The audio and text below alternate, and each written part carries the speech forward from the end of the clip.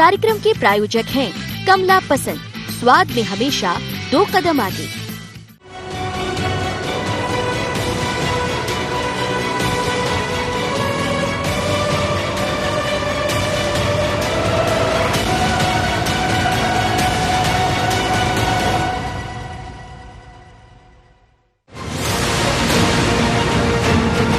भारत सरकार की वित्त मंत्री निर्मला सीतारमण ने 2021 व 22 का संसद में बजट पेश किया।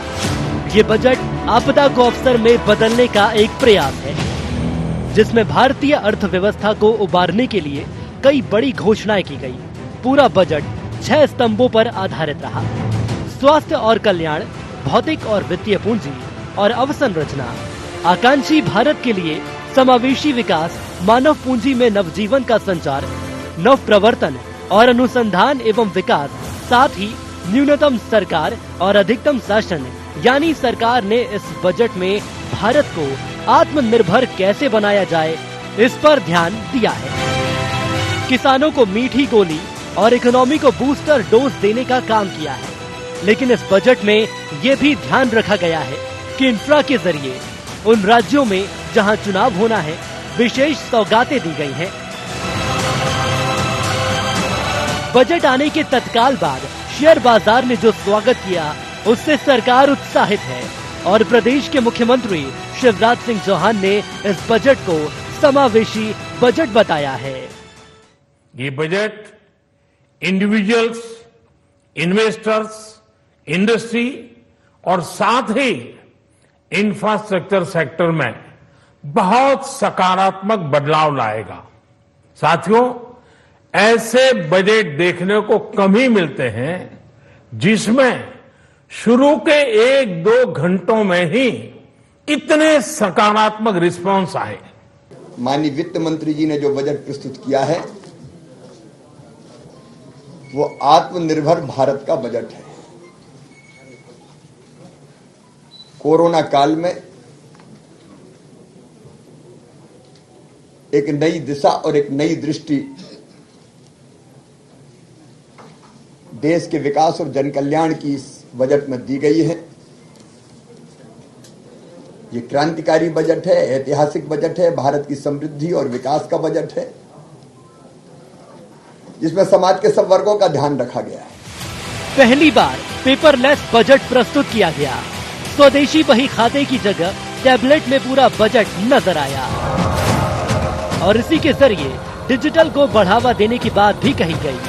सरकार की मंशा है कि स्वास्थ्य, शिक्षा और कृषि के साथ रोजगार के नए अवसर मुहैया हो।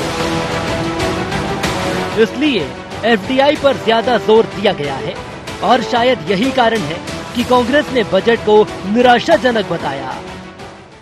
ये बजट एक दिशाहीन प्रधानमंत्री और दिशाहीन वित्त मंत्री के द्वारा प्रस्तुत बजट है, जिसमें कहीं कोई राहत आम जन को, किसान को देखने को नहीं मिल रही। नौजवान के लिए कोई महती योजना लागू नहीं की।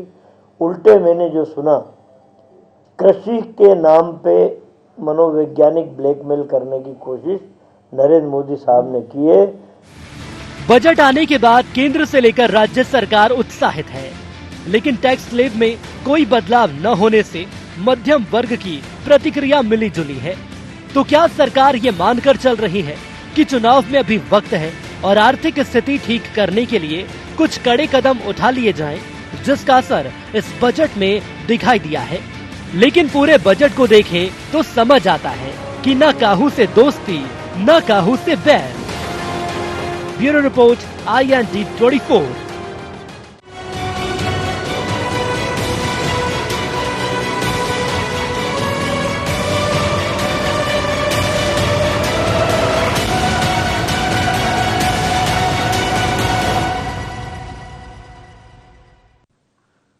नमस्कार, IND एजेंडा आत्मनिर्भर बजट में आपका स्वागत है। मैं हूं आपके साथ नवीन पुरोहित।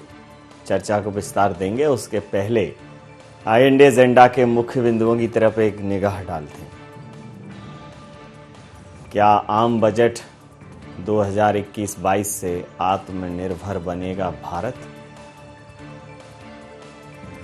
क्या बजट से बदलेगी अर्थव्यवस्था की तस्वीर? क्या डिजिटल की तरफ बढ़ रहे देश को मिलेगी नई रफ्तार? एफडीआई में बढ़ोतरी से देश को कितना होगा लाभ? नमस्कार, इन्हीं सवालों के साथ चर्चा में आप सबका पुनः स्वागत है।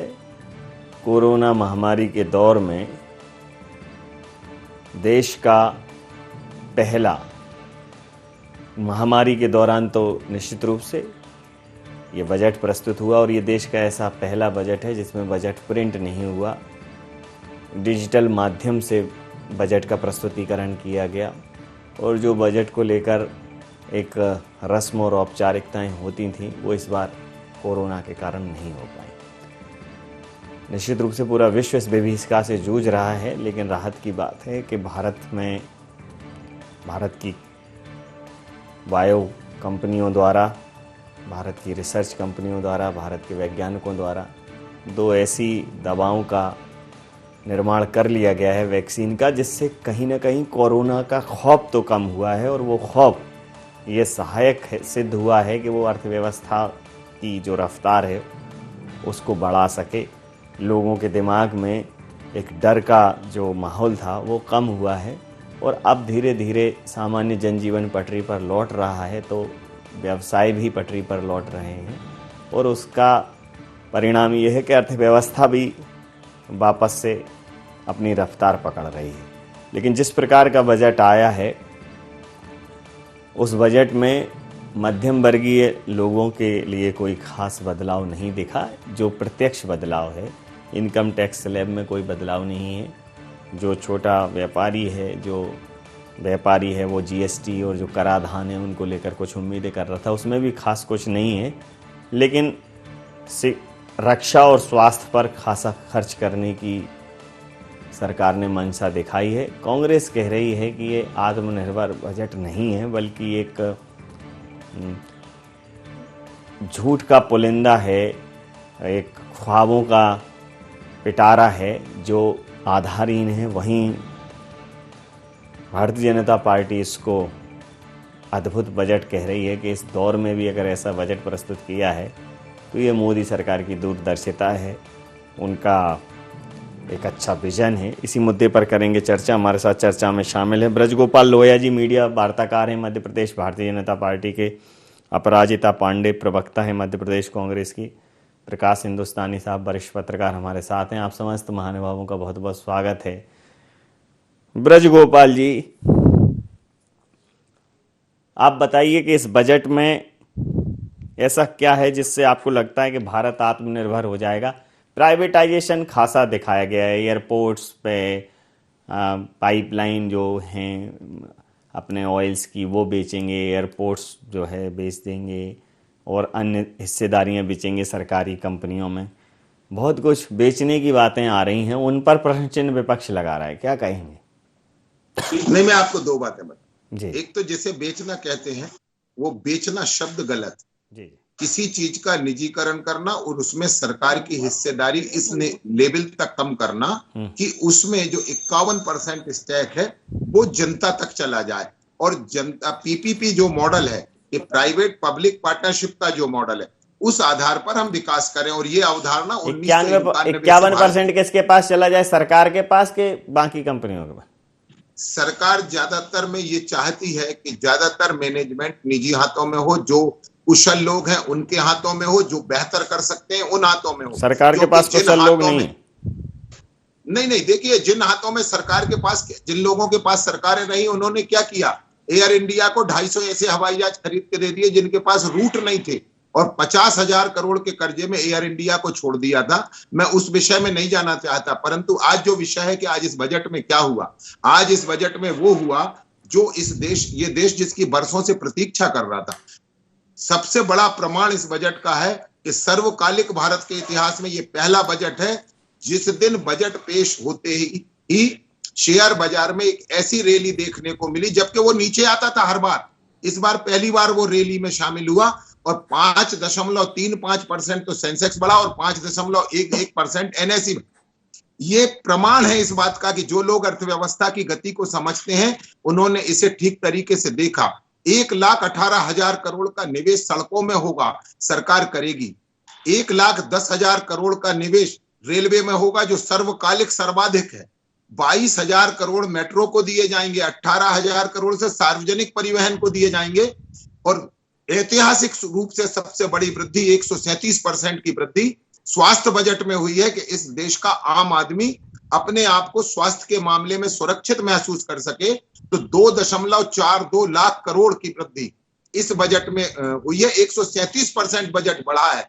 किसानों के लिए इस बजट में बहुत कुछ है। बजट में कही गई बातें आप गौर से सुनिए कि 75,000 करोड़ से अधिक तो केवल गेहूं के लिए हमने दिए हैं और 1,42,000 करोड़ रुपए चावल के लिए दिए हैं। दलहन की खरीदी 40% बढ़ाएंगे, ये निर्णय इसमें हुआ है। एमएसएमई के पास ये बजट पहुंचा है 18,000 करोड़, उनके लिए भी। ये बजट का अभिभाषण हो जाएगा अगर इससे ज्यादा लंबा हुआ। थोड़ा सा दूसरे दौर में आता हूं मैं। अपराजिता कुछ कहना चाह रही हैं। जी अपराजिता जी बोलिए। देखिए नवीन जी, बृज गोपाल जी ने जो अभी बातें की, हमारे वित्त मंत्री एफएम ने जो बातें की, बहुत बड़ी बड़ी बातें की और देश को बरगलाने के अलावा इस बजट में कुछ भी नहीं था। जब ये आंकड़े बताए जाते हैं उनका कोई बेसिस नहीं, उनका कोई स्पष्टीकरण नहीं है। हमारी वित्त मंत्री ने कहा कि ये बजट सबसे अलग बजट है। वाकई यकीनन ये सबसे अलग बजट है। ये बजट है ठहराव का बजट। ये बजट बदलाव का नहीं है। बदलाव सिर्फ एक चीज में आया है जो है प्राइवेटाइजेशन। निजीकरण की गति बढ़ती चली जा रही है और अब सब कुछ प्राइवेटाइज होगा। जैसे कि आपने कहा एयरपोर्ट्स, रेलवे स्टेशन, ये बजट की खासियत है। टैरिफ्स एक भी बार रिड्यूस नहीं किए गए हैं। तो मैन्युफैक्चरिंग सेक्टर जब कोरोना से इतना, कोविड काल से इतना हिट है तो मैन्युफैक्चरिंग सेक्टर कैसे पिकअप कर पाएंगे। इन्होंने यहाँ पे बृज गोपाल जी ने बहुत सारे आंकड़े दिए तो मैं उन्हें कुछ बताना चाहूंगी। जो 3 प्रमुख बातें इस बजट में सामने आई हैं। डिफेंस बजट एलोकेशन जो हमारा है, जो इस बजट में आया है, ऐसा दिखाया गया डिफेंस बजट एलोकेशन बढ़ा ही नहीं। अगले 2 साल के लिए एक भी पैसा एक्स्ट्रा नहीं हुआ है डिफेंस बजट एलोकेशन के। ऐसा लग रहा है कि चाइना ने विकेट कर दी है हमारी जमीन। दूसरी चीज, हेल्थ के बारे में बृज गोपाल जी बोल रहे थे, उसमें एक बड़ी इंटरेस्टिंग बात सामने आई है। हेल्थ बजट में एलोकेशन बढ़ा दिया, बार बार बोला वित्त मंत्री ने कि एलोकेशन बढ़ा दिया। उसमें वैक्सीनेशन का वन टाइम कॉस्ट भी जोड़ दिया। ऐसा विश्व में किसी भी देश ने नहीं किया। भारत एकमात्र देश है जिसने वैक्सीनेशन का कॉस्ट जोड़ दिया और बोल दिया कि हमने हेल्थ बजट में, हेल्थ में इंक्रीज कर दिया है। सोशल, जितने भी अंतरराष्ट्रीय पूरे विश्व में सारे अर्थशास्त्रियों ने कहा कि सोशल नेट कोरोना महामारी के बाद आप बढ़ाइए। डायरेक्ट बेनिफिट ट्रांसफर हो, मनरेगा हो, पीडीएस हो, पब्लिक डिस्ट्रीब्यूशन सिस्टम, उसके बारे में कुछ भी इस बजट में बात नहीं हुई। देखिए, आप समझने की कोशिश करिए, भारत भी समझता है ये बजट किसके लिए है। हमारी जो फाइनेंस मिनिस्टर है सीतारमण जी, उन्होंने 14 बार किसका नाम लिया, का नाम लिया, 11 बार सिर्फ किसानों का नाम लिया। तो ये दिख रहा है कि ये बजट किसके लिए। हम किसानों की बात करते हैं, किसानों के लिए इस बजट में कुछ नहीं है। मिडिल क्लास के इस बजट में कुछ नहीं है। युवाओं के लिए नहीं है। कोरोना महामारी के बाद एजुकेशन, पूरा 1 साल युवाओं का, बच्चों का एजुकेशन सफर किया। कितनों के पास डिजिटल कनेक्टिविटी नहीं है, आपने उनके लिए क्या किया, ये बजट उनकी बात नहीं करता। तो बहुत प्रमुख चीजें हैं, बहुत वर्ग हैं जिनके बारे में इस बजट में कुछ भी नहीं है। आप दोनों लोगों की बात को जरा चाहूंगी नवीन जी, बहुत इंपॉर्टेंट बात। जी जी, बजट किसके लिए होता है? आपके लिए, हमारे लिए, सबके लिए। बट बात करते हैं सिर्फ किसकी बात हुई? तमिलनाडु की बात हुई, वेस्ट बंगाल की बात हुई, असम की बात हुई, केरल की बात हुई। क्यों? ये बजट है कि चुनावी जुमले फेंके जा रहे हैं? हम और आप ये सब समझते हैं। रेवेन्यू डेफिसिट 7.5% है, फिस्कल डेफिसिट 9.5%। आप दोनों लोगों की बातों पर प्रतिक्रिया ले लेता हूं। हमारे साथ इस प्रदेश के वरिष्ठतम पत्रकार और कहना चाहिए कि डिजिटल अगर युग की बात करें तो डिजिटल पत्रकारिता के जनक हैं वो। मध्य प्रदेश ही नहीं, समूचे देश में सबसे पहली न्यूज़ वेबसाइट आपने ही मध्य प्रदेश में लॉन्च की, देश में लॉन्च की। तो मैं उनसे ये समझना चाहता हूं कि जो 10-20 साल आगे की सोच को सोचकर काम करने वाले हों, ये बजट किस सोच का बजट है सर? ये हिंदुस्तानी बजट है कि नहीं है? ये बजट यथास्थितिवाद का बजट है। वास्तव में इस बजट से जो डेफिसिट है वो बहुत ज्यादा हो रहा है और पेट्रोल पर जो 2.5 रुपए और डीजल पर 4 रुपए का एग्री सेस लगाया गया है, जिसकी चर्चा हमारे विद्वान मित्र भूल गए हैं। इसका असर तो महंगाई पर इतना ज्यादा पड़ने वाला है कि कह नहीं सकते। ये हमारे डिफेंस बजट में 0.9% की ही वृद्धि हुई है इस बार, कोई बहुत वृद्धि नहीं हुई है। और हम जो टोटल बजट का करीब 12 लाख करोड़ रुपए हमें कम पड़ रहा है, जिसकी भरपाई हम अपना सामान बेचकर कर रहे हैं। एक नवीन जी, एक छोटी सी बात, एक ऐसा समझ लीजिए कि किसी व्यक्ति की पारिवारिक इनकम 10,000 रुपए है और उसका खर्चा 15,000 रुपए है, तो क्या करेगा? वो बोलेगा अच्छा ऐसा करो, जो हमारे पास एक एक्स्ट्रा टीवी है वो बेच दो, हमारे पास एक्स्ट्रा साइकिल है बेच दो, अगर 2 साइकिल है तो, और किसी भी तरह हम अपना गुजारा करते रहेंगे। हर महीने एक एक चीज हम बेचते रहेंगे, 12 महीने में हमारा गुजारा हो जाएगा। तो ये एक स्थिति है, बहुत ही विषम स्थिति हो गई है। दूसरी बात यह कि जब हम निजीकरण की बात करें, पीपीपी की बात अलग है, लेकिन हम जिस तरह दरवाजे खोल रहे हैं, जहां तक एफडीआई की बात है, बीमा क्षेत्र में 74% एफडीआई हम कर रहे हैं। इसका मतलब यह है कि यह कहा गया है कि इसका मालिक जो संचालक होगा वो भारतीय होगा, लेकिन ऐसा होता नहीं है, वो भी मालिक के इशारे पर ही काम करता है। तो इसके दूरगामी अंजाम ये होने वाले हैं कि हमारी अर्थव्यवस्था को कोई बहुत दिशा मिलने वाली नहीं। दूसरी बात, सरकार को केवल बंगाल दिख रहा है, असम दिख रहा है, केरल दिख रहा है, तमिलनाडु दिख रहा है, और बाकी राज्य तो दिख नहीं रहे। और कहीं 1.25 लाख करोड़ का एलोकेशन है, कहीं 1.5 लाख करोड़ का, तो मध्य प्रदेश भी इस देश में है या नहीं, राजस्थान इस देश में है या नहीं, छत्तीसगढ़ इस देश में है या नहीं, ये सब मुद्दे भी हैं। लेकिन एक बात यहाँ सहानुभूति की जा सकती निर्मला सीतारमण जी से कि कोरोना काल है, वैश्विक मंदी का माहौल है, पूरी दुनिया की इकोनॉमी बर्बाद हो रही है। हमारी इकोनॉमी लगभग 24% बर्बाद हुई थी, यूएसए की लगभग 33% हो गई, तो उनकी तुलना में हम बेहतर हैं। और हम ये उम्मीद कर रहे हैं कि हमारी इकोनॉमी वी शेप में आकार ले लेगी। वी शेप में रिकवरी का मतलब है कि हमारा ग्राफ चल रहा है, चलते चलते -23 पे आ गए, अब हम रिकवरी करके -7 तक पहुंचे हैं, और हमारी सरकार का दावा है कि हम ऊपर जाएंगे तो हम वी शेप में रिकवरी कर लेंगे। तो देखते हैं, लेकिन मुझे लगता है नवीन जी कि हमारी इकोनॉमी अभी साउथ की ओर जा रही है। साउथ में से तमिलनाडु, केरल नहीं। जब ग्राफ ऊपर जाता है तो कहा जाता है कि we are going to north, मतलब हमारी इकोनॉमी ग्रो कर रही है, लेकिन हमारी इकोनॉमी अभी डाउन जा रही है, तो हम कह सकते हैं कि we are going to south. Naveen ji तो हम लगातार इस महत्वपूर्ण चर्चा में बने रहेंगे। वक्त है एक व्यावसायिक अंतराल का। व्यावसायिक अंतराल के बाद तुरंत चर्चा में हाजिर होते हैं।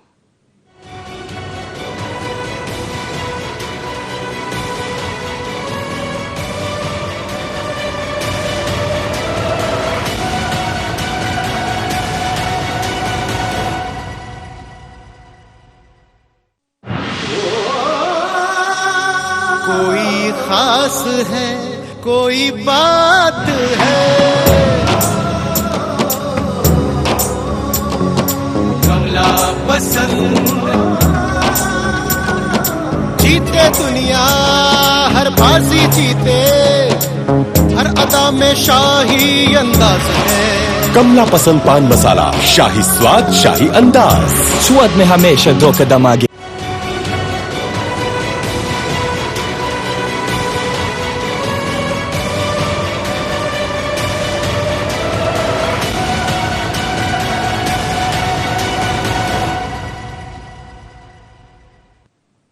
ब्रेक के बाद चर्चा में आप सबका पुनः स्वागत, और सीधा रुख करेंगे अपने मेहमानों की ओर। ब्रजगोपाल जी, ये एक मतलब ऐसे कांग्रेस कहती है कि मैं देश नहीं झुकने दूंगा, मैं देश नहीं बिकने दूंगा। अच्छा, ये मैं बहुत ईमानदारी से आपसे पूछ रहा हूँ कि अगर आप पुराना एफडीआई पर, अब चूंकि वो स्मृति शेष हैं, स्वर्गीय जेटली जी, सुषमा जी, और अभी भी वर्तमान में कई नेता जिनका एफडीआई की बात हो और इकोनॉमी से जुड़े अन्य मुद्दों की बात हो, डिजिटलाइजेशन की बात हो, डायरेक्ट बेनिफिट स्कीम्स की बात हो, उन पर कुछ समय पहले तक जो आपका रुख था, पेट्रोल डीजल के रेट्स की बात हो, और आज का जो रुख है, आपको नहीं लगता कि बिल्कुल पूरी तरह विपरीत हो गया है? नवीन जी, हमारा रुख कभी विपरीत नहीं हुआ। हमारा रुख आज भी वही के वही है कि जो हम बेहतर कर सकते हैं वो हमें करना चाहिए। आप मुझे ये बताइए कि यदि हमने एफडीआई से ये वैक्सीन का निर्माण नहीं किया, हमने पीएम केयर से फंडिंग करके इस वैक्सीन का निर्माण किया, और दुनिया में अकेला देश है जिसने 2 वैक्सीन एक साथ लॉन्च की और सबसे कम कीमत पे की है, 250-200 रुपए के आसपास। दूसरी बात मैं आपको बताऊं, ये बिल्कुल एकदम चहुमुखी बात होती है। इसको एक जगह केंद्रित करने की कोशिश कांग्रेस पार्टी करती है और कुछ उनके समर्थक करते हैं। इसमें ये नहीं बता पा रहे हैं कि ये गगनयान की भी चर्चा करने वाला है बजट, ये 100 सैनिक स्कूलों की भी करने वाला है। इतना साहस किसी सरकार ने नहीं किया कि एक साथ 100 सैनिक स्कूलों की घोषणा कर दे, 15,000 देश के स्कूलों के उन्नयन की बात कर दे। और जो अभी कह रही थी अपराजिता जी कि स्वास्थ्य बजट में वैक्सीन के बजट को जोड़ दिया गया, तो क्या वैक्सीनेशन स्वास्थ्य विभाग के अलग कोई करेगा, इसलिए वो स्वास्थ्य में जोड़ा है। दूसरी बात इसके बाद भी बताऊं, यदि आप उस पूरे 35,000 करोड़ को जो कोरोना वैक्सीन के लिए रखे गए उसे हटा भी देते हैं तो भी स्वास्थ्य बजट दुगने के करीब बढ़ा है, 2 गुने से अधिक है, कम नहीं है। दूसरी बात, हम एपीएमसी का भी विकास करेंगे, इसके लिए भी धन का आवंटन हुआ है। हम वायरोलॉजिकल इंस्टीट्यूट बनाएंगे, इसके लिए भी आवंटन हुआ है। हमारा गगनयान भी 2021 में जाएगा, इसके लिए भी आवंटन हुआ है। तो आप इस बजट को देखिए, ये आत्मनिर्भर। सुनो तो एक और बात कहूँ, जो चीज टेक इट इजी वाली एक पॉलिसी है, जैसे जो अपराजिता जी आ रहा हूँ, अपराजिता जी मैं आ रहा हूँ, मैं ये कह रहा हूँ जो आप कह रहे हैं ना गगनयान से मुझे इसलिए याद आया कि जब भी हम किसी चीज को जैसे कहते हैं नजर न लगने वाली, क्योंकि आज भी ग्रामीण अंचलों से हम ताल्लुकात रखते हैं, तो पहले भी गगनयान जाते रहे लेकिन कोई ऐसे टकटकी लगा के देखता नहीं था कि अब वहां पहुंच गया, अब उतरने वाला है, अब बस 2 किलोमीटर की दूरी पर रह गया। तो इस बार चले जाने देना, गगनयान के रास्ते पे जाए, आप अपने रास्ते पे जाओ, वैज्ञानिक का काम वैज्ञानिक कर लेंगे, उससे क्या नजर सी लग जाती है। 2 बातें और रही। आदरणीय प्रकाश जी ने एक विषय उठाया था कि डीजल और पेट्रोल पर अतिरिक्त सेस के लिए, कि किसानों के कल्याण के लिए हमें यदि अतिरिक्त धन की आवश्यकता है तो सेस लगाया गया है, ये सही है। परंतु उसमें आदरणीय वित्त मंत्री जी ने यह भी कहा है कि इस सेस का असर जनता पर नहीं पड़ने दिया जाएगा, इस सेस की पूर्ति एक्साइज ड्यूटी में कटौती करके करेंगे। देखिए बात पूरी होना चाहिए कि जब वो 4 रुपए और 2.5 रुपए सरकार अपने फंड से कटौती करके दे रही। देखिए नवीन जी, इन्होंने जो सारी बातें कही उसमें एक ही चीज पकड़ में आती है, ऐसा होगा। 7 साल से हम यही सुन रहे हैं कि ये होगा, ऐसा होगा, कुछ होता तो है नहीं। बातें 5 ट्रिलियन इकोनॉमी की करते हैं, भारत की रेटिंग -BBB पर आके इन्होंने अर्थव्यवस्था खत्म कर दी, एक fastest developing economy of the world की। ये श्रेय जाता है नरेंद्र मोदी जी को और भाजपा की सरकार को। टैक्स रेवेन्यूज इंक्रीज होंगे, बोरोइंग कम होगी, कब होगा? ये सब बातें कहना आसान है, दिख रहा है कि नहीं हो सकता। बजट एलोकेशन जो इनका है ग्रामीण क्षेत्र के लिए क्या करते हैं, जैसे ये जो 3 काले कानून है, आपको याद होगा ब्रिटिश राज में जैसे राउलेट एक्ट था, गांधी जी के साथ पूरा भारत उनके साथ खड़ा हो गया था, तब उसे काला कानून कहा जाता है। आज इन तीनों कानूनों को काला कानून कहा जाता है। बजट एलोकेशन, ये ब्रिज गोपाल जी यहाँ पे आंसर कर दें, फार्म और एलाइड एक्टिविटीज को रिड्यूस करके 1,54,000 से 1,48,000 करोड़ कर दिया गया है। मनरेगा एकमात्र ऐसी, कोविड में सिर्फ मनरेगा से पैसा मिल रहा था, मनरेगा से किसी प्रकार की रिलीफ मिल रही थी, उसमें भी आपने 42% कटौती कर दी। ये बजट आप सामने लेकर आए हैं जब हम एक पैंडेमिक कोविड महामारी के बीच है। गरीब, मजदूर, SC/ST और पिछड़ों पर मोदी सरकार का ये ग्रामीण क्षेत्र पर ये प्रहार है, सीधा सीधा इस बजट में। अंतिम प्रतिक्रिया के साथ चर्चा समाप्त करूंगा। प्रकाश जी, कांग्रेस वैसे हमेशा परंपरा रही है कि कांग्रेस या जो भी विपक्ष रहा है उसने कभी किसी भी बजट को ऐसा नहीं बताया कि नहीं ये बजट संतुलित है, अच्छा है। लेकिन आम आदमी की बात हो कि ये बजट किस प्रकार, आम आदमी की बात हो, मध्यम वर्गीय की बात हो, एक बहुत बड़ा तबका है जो इंतजार कर रहा था कि चूंकि कोरोना काल में नौकरियां भी गई हैं, लघु एवं मध्यम जो उद्योग हैं वो बहुत हद तक प्रभावित हुए हैं, और अनियोजित जो एक अर्थव्यवस्था थी या जो अनियोजित तंत्र था जो व्यवसाय का, वो जिसको सरकारी लाभ नहीं मिल पाता, वो पूरी तरह से कोलैप्स हुआ है। तो सरकार ने उस दिशा में क्या कदम उठाए? अंतिम प्रतिक्रिया के साथ चर्चा समाप्त करूं। अंतिम सुन लीजिए अपराजिता जी, इकोनॉमी पहले ही खराब हो रही, सुन लीजिए अपराजिता जी, और बर्बाद समय जो बजट 18 लाख, सुन लीजिए आप दोनों लोग सुन लीजिए, अब सुन लीजिए दोनों लोग। जी प्रकाश। सेंसेक्स में उछाल की बातों पे हम बहुत फुदक रहे हैं। 1997 में 6% का उछाल एक साथ आया था बजट आने के बाद ही। इसके बाद पिछले 12 साल में 7 बार शेयर बाजार ऊपर गया है बजट आने के बाद।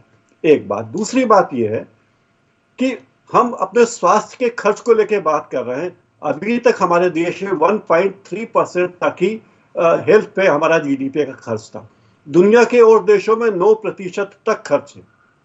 अब अगर हम 1.3 से 3% भी होते हैं तो कोई बहुत महत्वपूर्ण बात नहीं है। यूएसए जैसे देश में, जो विकसित देश है, वो अपने जीडीपी का 9% स्वास्थ्य पे खर्च करते हैं और उनकी जीडीपी हमसे 10 गुना बड़ी है।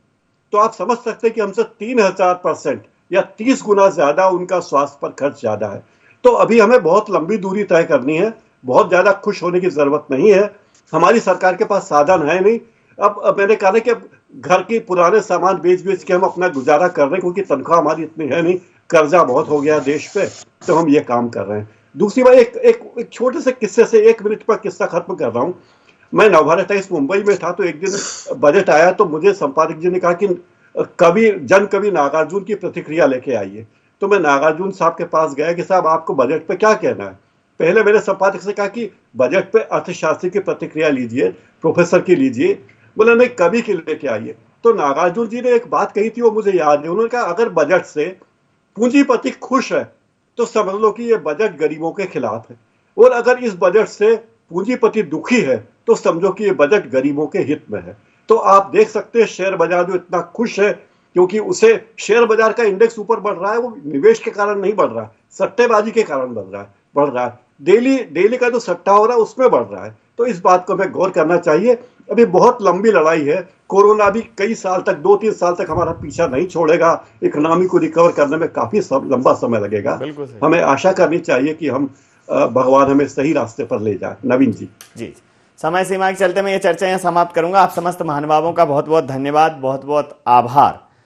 तो निश्चित रूप से अगर हम बहुत एक्सपर्ट कमेंट को छोड़ दें और एक आम राय लें, एक आम व्यक्ति से पूछें कि बजट उसके लिए कैसा है या अभी तक के बजट कैसे गुजरते हैं, तो कुल मिलाकर यही हर बजट में हुआ, धूल ही धूल या फिर धुआं ही धुआं। लाख जोड़ा घटाया नतीजा सिफर। आम आदमी खड़ा चौक पर कंफ्यूज है, जाए किधर। लेकिन हमारा तो वक्त हो गया IND एजेंडा छोड़कर जाने का। तो आप बने रहिए IND 24 के साथ और देखते रहिए IND 24। नमस्कार।